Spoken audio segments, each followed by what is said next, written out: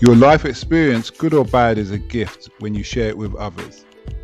At Taxi Chronicles, we allow real riders with real stories to share their gift. So hopefully this episode will intrigue, enhance or inspire you. Don't forget to like, share and subscribe. Morning. Yes, we're back with another episode, another rider. Today we are honoured to have a lady in the house, and she's a jewellery expert, and she's going to teach us all she knows in such a short period of time about the jewellery business and how it works. I picked her up from Hatton Gardens, so I know she's a real McCoy. Nice to have you here today. Nice to be here. Okay, that's good. So, tell us, why jewellery? How did you get into jewellery?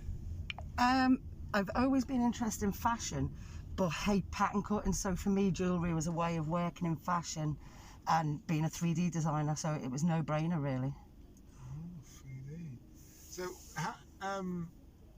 did you start off? You're from up north. Did you start off when you was in London? Whoa! I'm not up north. I'm a Scouser. Yeah, but in London, it's not north. London terms, it's the north. It's the north. Oh, you can't categorise us Scousers like that. Okay. Yeah, I came down to study at university like almost 30 years ago. I just never went back.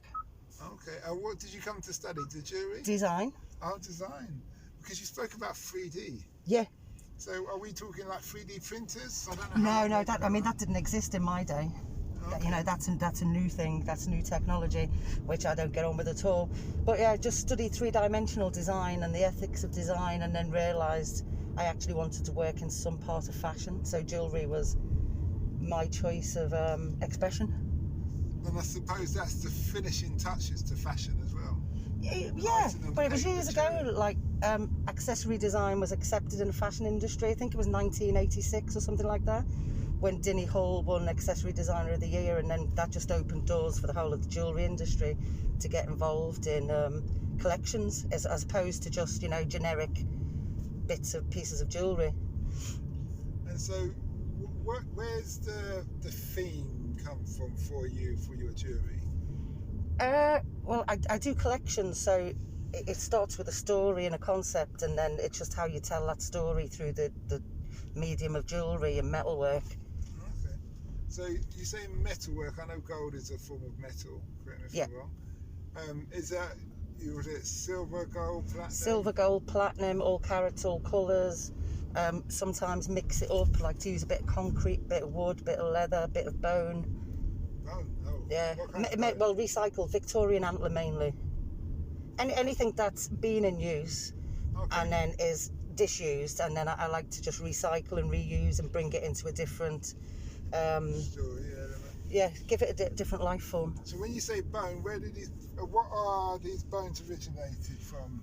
Well, just the old Victorian trophies, aren't they? Like shooting stags and deers and stuff. So you've got all these antlers hanging around in antique shops that are all going to waste. That makes sense, doesn't it? Yeah. Do something with that. Absolutely. So give us an idea of how you create the story.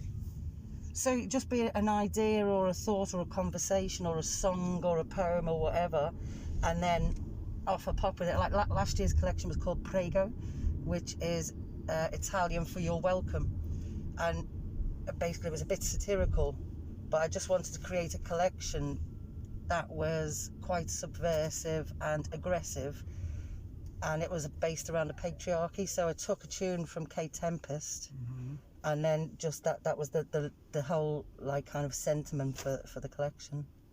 Okay.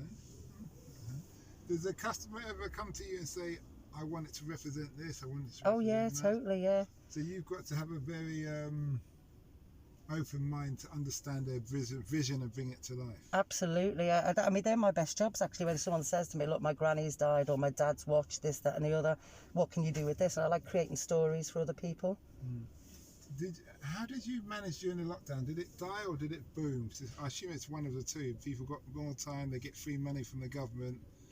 Bit of both, really, because it was difficult because you couldn't get hold of any materials because they were all on lockdown. All your suppliers were struggling, all your experts were struggling, you know. My stone setter wasn't open, that kind of thing. So you just did what you could. You should have called an Uber. All the drug dealers and the working girls used Ubers to get around. It's true, Yeah. but you know, get me where to shop that wasn't open. You know, it's just one of them things, isn't it? Man and he opens the back door. It's like I was dropping many a people. To be honest, I took the opportunity to just, you know, watch how the world was dealing with things, and then, you know. I understand. Okay. What would be your advice to a young person who wants to get into the industry? Oh, just go for it. Get creative, go out chatting to people, see what you can do with the materials on offer, and yeah, just go for it. I was self-taught, I didn't train as a jeweller. Okay. But you must have had people as time went on that you... Yeah. You everyone you meet teaches you something, innit? I mean, you're teaching me today about blogs in your cab, you know what I mean? There's always another string to someone else's bow, so you just listen to, you know, meeting people is so interesting. And then they, you know, they pass on their knowledge and you pick it up if you're clever enough, but that's the way I've always been. You spoke earlier about building relationships is hard in this business. It's hard if you're not trustworthy and if you don't trust, but that's what the industry takes. It's just all built on trust. I mean, it's steeped in centuries of relationships that go back, you know, it's grandfather to son, son to son, and that's the way the business goes. Okay. Talking about that, have you seen the film Uncut? No. Adam Sandler? No. That's very good. Is it? I'll put it on my list. It's about gems. Okay. And jewellery. And rare stones. The stones from the Ethiopian mountains. You see, I probably haven't watched it because it's not a very me side of things. I like to recycle. I don't like all this over-mining business and, you know.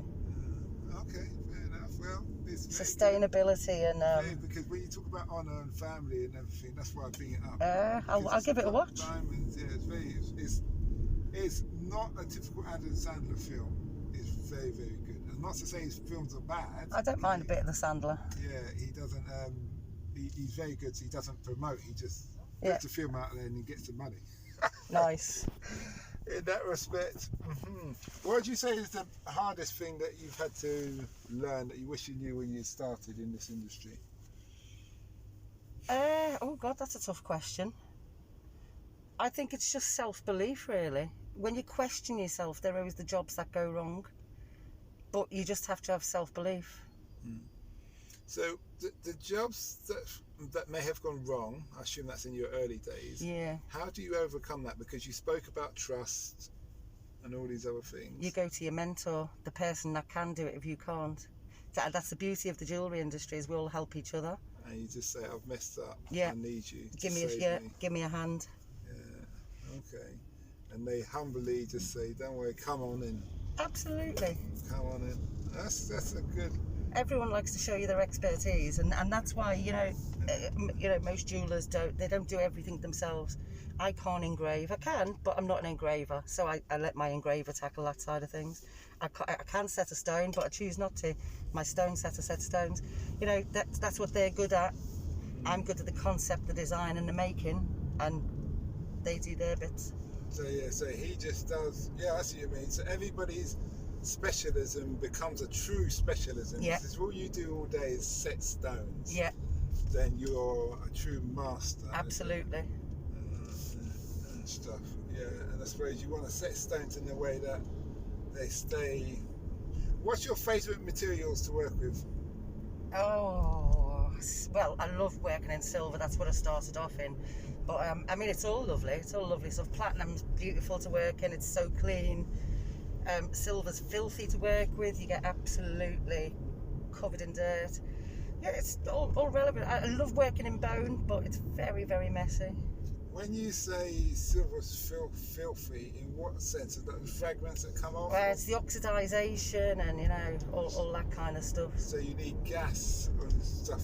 Do you have to have, like, gas cylinders or certain things at home? Oh, yeah, to solder and, you know, compression drills and all that business. But I mean, you know, they're just tools as tools. Do you melt your material yourself, or do other people melt it for you? I do melt smaller bits, but again, casters, you know, have a very specialist job, and I'd rather a caster cast than I cast. So you've got the caster, you've got the fixer, you've got the caster, the mounter, the setter, the engraver, there's a polisher.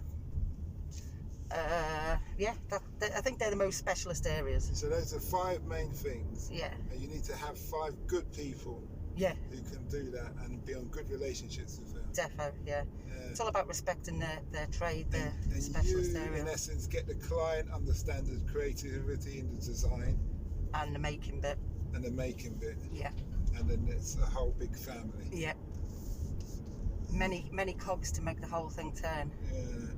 And would you say you need more, like those 5 professions, would you need double of those 5 professions as a contact, because in case someone's sick or... I mean, you always have a couple of people in reserves, but you know, you have your faves, don't you? You have the main one you go to. Yeah. Okay. But as we all get older, our eyes fail. Yeah, tell me. I've got glasses here that I've been denying about. I realise if I want to see clearly, it has to be daylight. Yeah. It's weird. Or magnified. Yeah, that's really, really weird, that is. Okay. What does the future hold for you?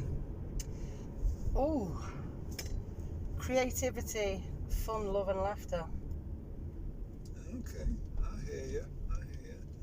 And what's the gift that you want to leave the world?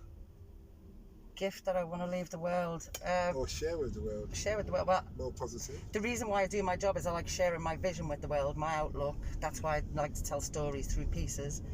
Yeah, just creativity really. And if I could pass my creativity on to someone, and I think that's a great gift, because I don't think it's given enough credit in today's society. It's very important. If you could do it all again, would you do anything different? No. If so, no regrets, never have regrets. Never the whole of your life's a journey. Always look forward. Absolutely. Yeah, I agree with that. There's always a reason why something happens, isn't there? There are things that if one person could have done it probably wasn't too wise or too clever, but you learn from your mistakes. Me the person I am today. Exactly. Yeah, in that respect. So yeah, I understand what hymn sheet you're singing from there. Very, very well. So, what's been price-wise? What's the most expensive material? Well, that I work in, probably platinum. Platinum's more expensive than gold? Well, it can be, yeah. I mean, yeah, well, it is, yeah. So I know gold's got different categories, isn't it? 23, yeah, 24. You've got... It's 24 or 26 the highest in gold? 24. 24. But then you've got fine gold, you know what I mean? That's pure, that's how it comes out the ground. Yeah. But, I mean, the higher the carat, the softer the metal. So it depends what you're using it for. As in, what kind of thing? So, like those big ball chains that those rappers used to wear, what would that be? Would that be mixed with a lot of metal? They'd probably like to tell you it was 18, but it's probably 9. Yeah, it's probably Argos 9. Argos 9. Yeah, okay. That's an interesting one there. So my mind's just slipping this like that. You've only ever worked in gold. Have you done other things when you came to London? Oh God, yeah, loads of stuff. I worked on the door of a club in Soho. Okay. I used to run a place game for children. How was it working in Soho? Loved it. Absolutely loved it. Time in my life. And this was in your 20s? Or? Yeah, teens, late teens, early 20s. So you came down to London and you never looked back? Pretty much. You just fell in? Yeah. Okay, that's good. It's interesting because, as you know, I speak to a lot of people, and I find with people from north of London that they usually don't make it because they say, the house prices and blah, blah, blah, or they just accept London for what it is and just Well, I think that's the difference, isn't it? I mean, if you don't make it, you're not going to make it anywhere. It's not, you're not in a fairy tale. It's not Hollywood. It's that whole Hollywood fable, isn't it? You only make it if you put in the time and effort. Yeah, and also you've got a hustle because you're not a 9-to-5er now. You live off I assume you live off your art, yeah. Yeah, so you're obviously very good at what you do. Well, it's the quickest way to respect your earnings. Because when it's your hours you're spending, then you really learn to appreciate what you do and the wage you get. Tell that to my daughter. Yeah, she started to work now and she still doesn't want to accept that, you know, that dad shouldn't have to give her money. But yeah, get her a freelance job, throw her in at the deep end. Yeah, I don't think her mum would allow it. Yeah. And stuff. But, so there's always going to be a future in jewellery then for you? Well, yeah, in one form or another, yeah. Okay.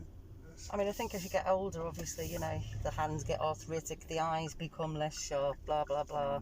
Same old. But, yeah, I think I'd always be working in some form of creative capacity.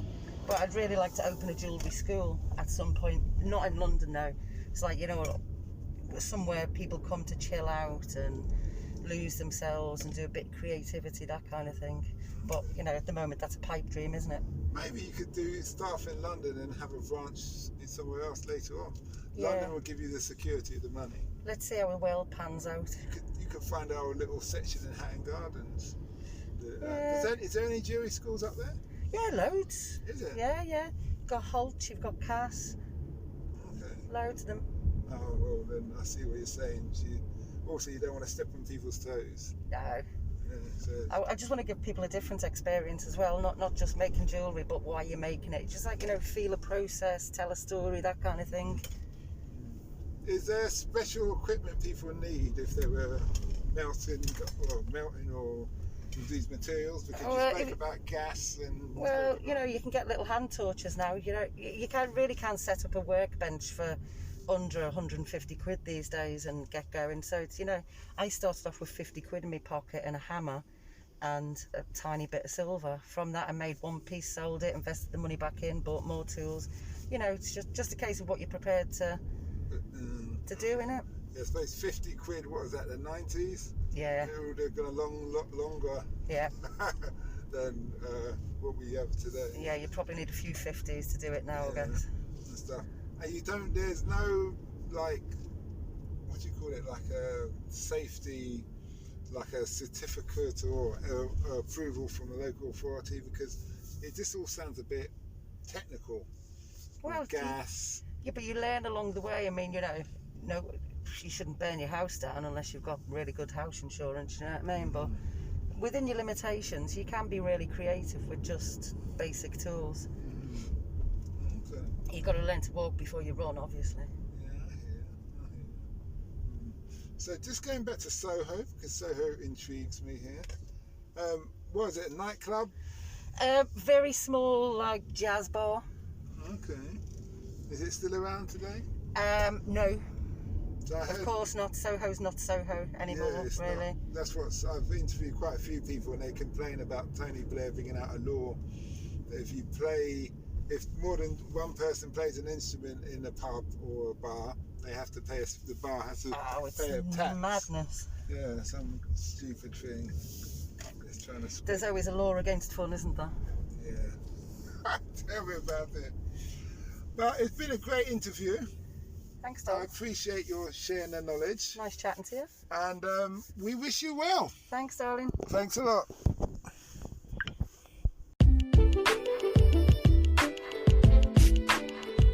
We hope you liked that Taxi Chronicles interview. Don't forget to share and subscribe to get the latest episode. Ever considered investing in the continent with the fastest growing economies and population on Earth? The same continent that holds 30% of the world's known natural resources. Listen to our sister podcast, Africa Investor Stories, where you hear real investors with real stories from around the world share their experience of investing in Africa. We post Monday and Thursday at 10 a.m. British Standard Time.